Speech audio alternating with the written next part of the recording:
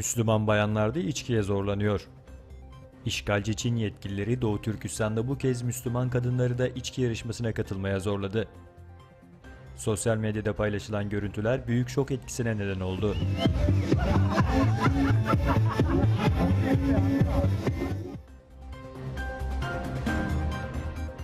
Çin Komünist Partisi diktatöryasının resmi Xinjiang gazetesinde 21 Temmuz Cuma günkü sayısında Kaşgar ilinde yaşayan bazı Uygurların çocuklarının isimlerini değiştirdikleri bilgisi önemli haberler adı altında yayınlanmış bulunuyor.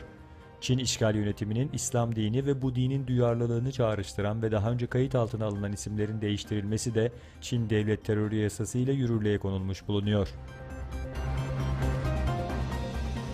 Çin, Güney Çin Denizi'ndeki ihtilaflı yapay adalardan biri olan Wudi Adası'nda sinema salonu açtı. Güney Çin Denizi'nde oluşturduğu yapay adalar üstünde hava üssü ve sivil tesisler inşa ederek ihtilaflı sulardaki konumunu güçlendirmeye çalışan Pekin yönetimi, komşu ülkelerle egemenlik tartışmaları yaşıyor. İki ABD'li yetkili, pazar günü Çin Hava Kuvvetleri'ne ait bir savaş uçağının Doğu Çin Denizi yakınlarında bir ABD askeri uçağına güvensiz müdahalede bulunduğunu bildirdi. Körfez'de diyalog için mutabık kalındı.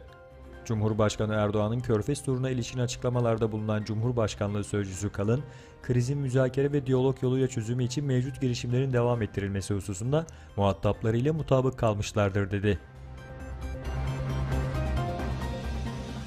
Güney Kore 30 Myanmarlı sığınmacı alacak. Tayland'daki bir sığınmacı kampında kalan ve 30 kişiden oluşan 5 ailenin bu hafta Birleşmiş Milletler Mülteciler Yüksek Komiserliği programı kapsamında Güney Kore'ye getirileceği belirtildi.